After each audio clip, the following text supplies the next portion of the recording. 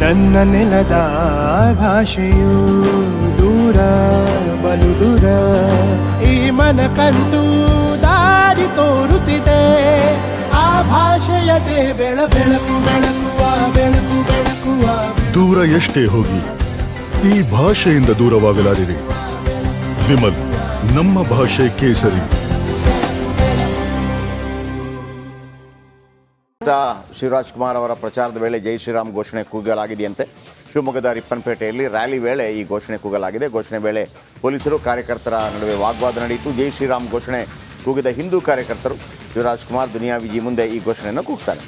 ಅಲ್ಲಿ ಗೀತಾ ಶಿವರಾಜ್ ಕುಮಾರ್ ಕಾಂಗ್ರೆಸ್ ಅಭ್ಯರ್ಥಿ, ನಿನ್ನೆ ದುನಿಯಾ ವಿಜಿ ಅವರು ಕೂಡ ಪ್ರಚಾರಕ್ಕೆ ಹೋಗಿದ್ದರು.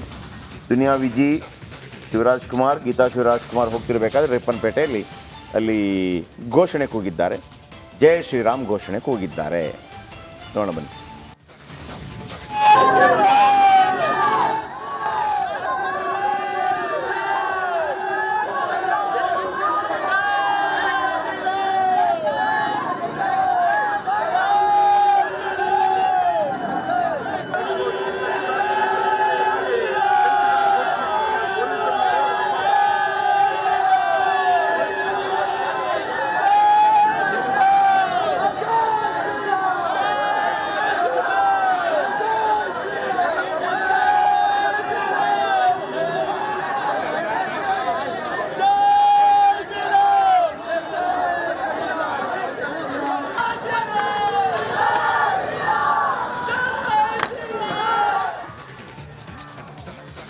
ಇದಕ್ಕೆ ಯಾವ ರೀತಿಯಲ್ಲಿ ಅವರು ಅದಕ್ಕೆ ಬಿಹೇವ್ ಮಾಡಿದ್ರು ಗೊತ್ತಿಲ್ಲ. ಆಮೇಲೆ ಈಗ ಅವರು ಜೈ ಶ್ರೀರಾಮ್ ಅಂತ ಘೋಷಣೆ ಕೂಗಿದ್ರೆ ಅಂತ ತಿಳ್ಕೊಳ್ಳಿ, ಅದಕ್ಕೆ ಏನು ಕೋಪಿಸ್ಕೊಳ್ಳುವಂಥದ್ದು ಏನಿದೆ? ಹೌದು, ಕಾಂಗ್ರೆಸ್ನವರು ಹೇಳಿದ್ದಾರೆ ನಾವೇನು ರಾಮನ ವಿರೋಧಿಗಳಲ್ಲ. ನಿಜವಾಗಿ ನಾನು ಹೇಳೋದು, ಈಗ ಒಂದು ವೇಳೆ ಗೀತಾ ಶಿವರಾಜ್ ಕುಮಾರ್ ಅಥವಾ ಶಿವರಾಜ್ ಕುಮಾರ್ ಅವರು ಇದ್ದಿದ್ರೆ ಜೈ ಶ್ರೀರಾಮ್ ಜೈ ಶ್ರೀರಾಮ್, ಇನ್ನು ಜೈ ಬಿಜೆಪಿ ಅಂದ್ರೆ ಕೋಪ ಮಾಡ್ಕೋಬೇಕು. ಜೈ ಬಿಜೆಪಿ ಅಂದ್ರೆ ಹೇಗ್ರಿಯಪ್ಪ, ಜೈ ಬಿಜೆಪಿ ಅದು ನರೇಂದ್ರ ಮೋದಿಗೆ ಜೈ ಅಂತ ಹೇಳುವಾಗ ಒಂದು ಏನಾದರೂ ಇರ್ತದೆ. ಓಕೆ ಅಂದ್ರೆ ಪರ್ಪಸ್ಫುಲ್ ಅಂತ. ಜೈ ಶ್ರೀರಾಮ, ನೀವು ಒಂದು ಜೈ ಶ್ರೀರಾಮ್ ಹಾಕಿ ಮುಂದಕ್ಕೆ ಹೋಗಿ, ಯಾವನು ಏನು ಮಾಡೋಕ್ಕಾಗಲ್ಲ. ಈಗ ಏನು ಗಾಂಧಿಗಿರಿ ಇರುತ್ತಲ್ಲ, ಜೈ ಶ್ರೀರಾಮ್ ಅಂತಲ್ಲ, ನೀವು ಜೈ ಶ್ರೀರಾಮ್. ಈಗ ನಾಡಿದ್ದು ರಾಹುಲ್ ಗಾಂಧಿ ಅಮೇಥಿಗೆ ಪ್ರಚಾರ ಅವರಲ್ಲಿ ನಾಮಿನೇಷನ್ ಆಗ್ತಾ ಇದ್ದಾರೆ, ಅದಕ್ಕಿಂತ ಮೊದಲು ರಾಮ ಮಂದಿರಕ್ಕೆ ಹೋಗ್ತಾರೆ ಅವರು. ಹೌದು, ಓಕೆ. ಇದೀಗ ಈಗ ತಾನೇ ಆರ್ ಅಶೋಕ್ ಮತ್ತೆ ಬಸವರಾಜ ಬೊಮ್ಮಾಯಿ ಅವರು ನೇಹಾ ನಿವಾಸಕ್ಕೆ ಭೇಟಿ ಕೊಟ್ಟಿದ್ದಾರಂತೆ. ಕುಟುಂಬಸ್ಥರಿಗೆ ಸಾಂತ್ವನ ಹೇಳ್ತಾ ಇದ್ದಾರೆ ನಾಯಕರು. ನಾಳೆ ಕೇಂದ್ರ ಸಚಿವ ಅಮಿತ್ ಶಾ ಅವರು ಕೂಡ ಭೇಟಿ ನೀಡೋ ಸಾಧ್ಯತೆ ಇದೆ. ಅದಕ್ಕೂ ಮೊದಲು ಆರ್ ಅಶೋಕ್ ಮತ್ತು ಬಸವರಾಜ ಬೊಮ್ಮಾಯಿ ಅವರ ಭೇಟಿಯಾಗಿದೆ. ಆಗ್ಲೇ ಹೇಳ್ತಾ ಇದೀವಿ, ಬಿಜೆಪಿ ಇದನ್ನೇ ಪ್ರಮುಖ ಅಸ್ತ್ರವಾಗಿ ಬಳಕೆ ಮಾಡ್ಕೊಳ್ಳೋದಕ್ಕೆ ಎಲ್ಲಾ ರೀತಿಯ ಪ್ಲಾನ್ ಅನ್ನ ಮಾಡ್ಕೊಳ್ತಿದ್ದಾರೆ. ಕಾರಣ ಈಗ ಪ್ರಜ್ವಲ್ ರೇವಣ್ಣ ಅವರ ವಿಚಾರವನ್ನ ಇಟ್ಕೊಂಡು ಈ ಕಡೆ ಬಿಜೆಪಿ ಮತ್ತು ಜೆಡಿಎಸ್ ಮೇಲೆ ಮುಗಿ ಬೀಳೋದಕ್ಕೆ ಕಾಂಗ್ರೆಸ್ ಪಾಳಿಯ ಪ್ಲಾನ್ ಮಾಡ್ಕೊಳ್ತಾ ಇದ್ರೆ, ಕೌಂಟರ್ ಅಟ್ಯಾಕ್ ಅನ್ನೋ ರೀತಿಯಲ್ಲಿ ನೇಹಾ ವಿಚಾರವನ್ನ, ನೇಹಾ ಹತ್ಯೆ ಪ್ರಕರಣವನ್ನ ಮತ್ತಷ್ಟು ಜೀವಂತವಾಗಿರಿಸುವಂತ ಪ್ಲಾನ್ ಆಗ್ತಾ ಇದೆ. ಹಾಗಾಗಿ ದೃಶ್ಯ ಗಮನಿಸ್ತಾ ಇದ್ವಿ, ನೇಹಾ ಅವರ ಕುಟುಂಬಸ್ಥರನ್ನ ಭೇಟಿಯಾಗಿರೋದು ಆರ್ ಅಶೋಕ್ ಮತ್ತು ಬಸವರಾಜ ಬೊಮ್ಮಾಯಿ. ಸೂಸೈಡ್ ಮಾಡ್ಕೊಂಡವರು 6 ತಿಂಗಳು ಯೋಚನೆ ಮಾಡ್ತಾರೆ.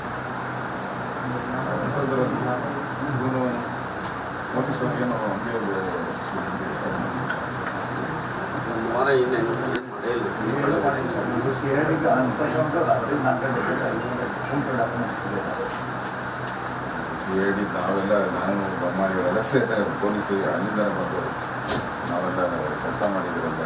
ಅವೆಲ್ಲ ಸಡನ್ನಾಗಿ ಈಗ ಆಕ್ಸಿಡೆಂಟ್ ಆದ ತಕ್ಷಣ 24 ಗಂಟೆ ಒಳಗಡೆ ಮನುಷ್ಯನ ಬದುಕಿಸೋಕ್ಕೆ ಒಂದು ಅವಕಾಶ ಆಗ್ತದೆ. ಎಲ್ಲ ರೋಡ್ ಆಕ್ಸಿಡೆಂಟ್ ಆದ ಅದು ಅದನ್ನು ಗೋಲ್ಡನ್ ಟೈಮ್ ಅಂತಾರೆ. ಹಂಗೆ ಈ ಮರ್ಡರ್ ಆದಾಗ ಅಷ್ಟೇ 24 ಗಂಟೆ ಒಳಗಡೆ ಅಪರಾಧಿನ ತೊಗೊಂಡ್ಬಂದ್ರೆ ಅವನಿಗೆ ಅದು ಸಿಗ್ತದೆ, ಎಲ್ಲ ಸಾಕ್ಷಿಗಳು ಸಿಗ್ತದೆ. ಎಲ್ಲ ಸಾಕ್ಷಿಗಳು ಸಿಗಲ್ಲ. ಅಂದರೆ ಬಿದ್ದಿರೋ ಕೂದಲಿರ್ಬೋದು, ಅವನು ಫುಟ್ ಪ್ರಿಂಟ್ ಇರ್ಬೋದು, ಎಲ್ಲ ಸಾಕ್ಷಿಗಳು. ಇಲ್ಲಾಂದ್ರೆ ಕೋರ್ಟಲ್ಲಿ ಕೇಸ್ ನಿಲ್ಲಲ್ಲ. ಎಲ್ಲ ಮಾಡಬೇಕಾದ್ರೆ ಕೂದಲು ಬೇಕಾದಷ್ಟು ಕೂದಲು 100 ಉದುರಿರ್ತಾರೆ. ಇದೆಲ್ಲ ಏನೋ ಬಿಟ್ಟಿರ್ತಾರೆ, ಪೇಪರ್ ಬಿಟ್ಟಿರ್ತಾರೆ, ಮಾಡಬೇಕಾಗುತ್ತೆ. ಓಕೆ, ಇದೀಗ ಅವನನ್ನು 24 ಗಂಟೆಯಲ್ಲಿ ಬಂಧಿಸಲಾಗಿದೆ. ನಂಬರ್ 1. ನಾನು ಕಾನೂನಾತ್ಮಕವಾಗಿ ಟೆಕ್ನಿಕಲ್ ಹೇಳ್ತಾ ಹೋಗ್ತೀನಿ. ಓಕೆ, ಒಬ್ಬ ಮುಸ್ಲಿಂ ಯುವಕ ಇದು ಮಾಡಿದ್ದು, ಹಿಂದೂ ಮುಸ್ಲಿಂ ಅಂತ ಬಂದಾಗ ಅದು ಬೆಂಕಿ ಹತ್ಕೊಳ್ಳುತ್ತೆ. ಕಾನೂನು ಪ್ರಕಾರ ಏನು, ಅಲ್ಲಿ ತಪ್ಪು ಮಾಡಿರುವಂಥದ್ದು ಒಂದು ಪರಮೇಶ್ವರ್ ಅವರು. ಅದು ಲವ್ ಇರ್ಬೋದು, ಮತ್ತೊಂದು ಇರ್ಬೋದು, ಮಗದೊಂದಿರ್ಬೋದು ಅಂತೇಳಿ ಅದು ಅವ್ರಿಗೆ ಹೇಳೋ ರೈಟ್ಸ್ ಇರಲಿಲ್ಲ ಆ ಸಂದರ್ಭದಲ್ಲಿ. ಒಂದು 24 ಗಂಟೆ ಒಳಗಾಗಿ ಆತನ ಸೆರೆ ಹಿಡಿಯಲಾಗಿದೆ. ಸೆರೆ ಹಿಡಿದ ನಂತರ CIDಗೆ ವಹಿಸಲಾಗಿದೆ. CID ಅವರನ್ನು ಕಸ್ಟಡಿಗೆ ತಗೊಳ್ಳಿದೆ. ಅದರ ಕ್ರಮದಲ್ಲಿ ನಡೀತಾ ಇದೆ. ಈಗ BJP ಅವರು ಇದನ್ನು ನಿನ್ನೆ ನರೇಂದ್ರ ಮೋದಿ ಅವರ ಹೇಳಿಕೆಯನ್ನು ಕೊಟ್ಟ ನಂತರ ಇದನ್ನು ಜೀವಂತವಾಗಿಡುವಂಥ ಪ್ರಯತ್ನ, ಯಾಕಂದರೆ ಅದು ಸತ್ತೋಗ್ಬಿಡಬಾರ್ದು ಇಶ್ಯೂ ಅಂತ, ಯಾಕಂದರೆ ರಾಜಕೀಯ ಇರೋದ್ರಿಂದ. ಕಾಂಗ್ರೆಸ್ಗೆ ಈಗ ರೇವಣ್ಣನ್ ಸಿಕ್ಕಿದೆ. ನನ್ನ ಪ್ರಶ್ನೆ ಒಂದೇ, ರಾಜಕೀಯ ಅಥವಾ ಎಲೆಕ್ಷನ್ ಇಲ್ಲದ ಟೈಮಲ್ಲಿ ನೇಹಾ ಅವರ ಹತ್ಯೆ ಈ ರೀತಿ ಆಗಿದ್ದಿದ್ದರೆ, ಎಲೆಕ್ಷನ್ ಇಲ್ಲದ ಸಂದರ್ಭದಲ್ಲಿ ಏನಾದರೂ ನೇಹಾ ಅವರ ಹತ್ಯೆ ಆಗಿದ್ದಿದ್ರೆ ಈ ರಾಜಕಾರಣಿಗಳು, ಕಾಂಗ್ರೆಸ್ BJP ಆದಿಯಾಗಿ ಎಲ್ಲ ರಾಜಕಾರಣಿಗಳು, ನೀವು ಬರ್ತಾ ಇದ್ರ ಅಲ್ಲಿಗೆ? ನೀವು ಬರ್ತಾ ಇದ್ರಾ? ಆಯಿತು. ಒಂದು ವೇಳೆ 1ನೇ ಹಂತದ ಚುನಾವಣೆ, ಈಗ ಏನಾದರೂ ಮೈಸೂರು, ಮಂಗಳೂರು, ಉಡುಪಿ ಭಾಗದಲ್ಲಿ ಇಂಥದ್ದಾದರೆ ಆಗ ಬರ್ತೀರಾ? ನೀವು ಬರಲ್ಲ. ಯಾಕೆ ಹೇಳಿ? ಅಲ್ಲಿ ಚುನಾವಣೆ ಮುಗಿದೋಗಿದೆ. ಸೊ ಹಾಗಾಗಿ ದಯವಿಟ್ಟು ಇಂಥ ವಿಚಾರಗಳನ್ನು ಕೇವಲ ಚುನಾವಣಾ ಲಾಭಕ್ಕಾಗಿ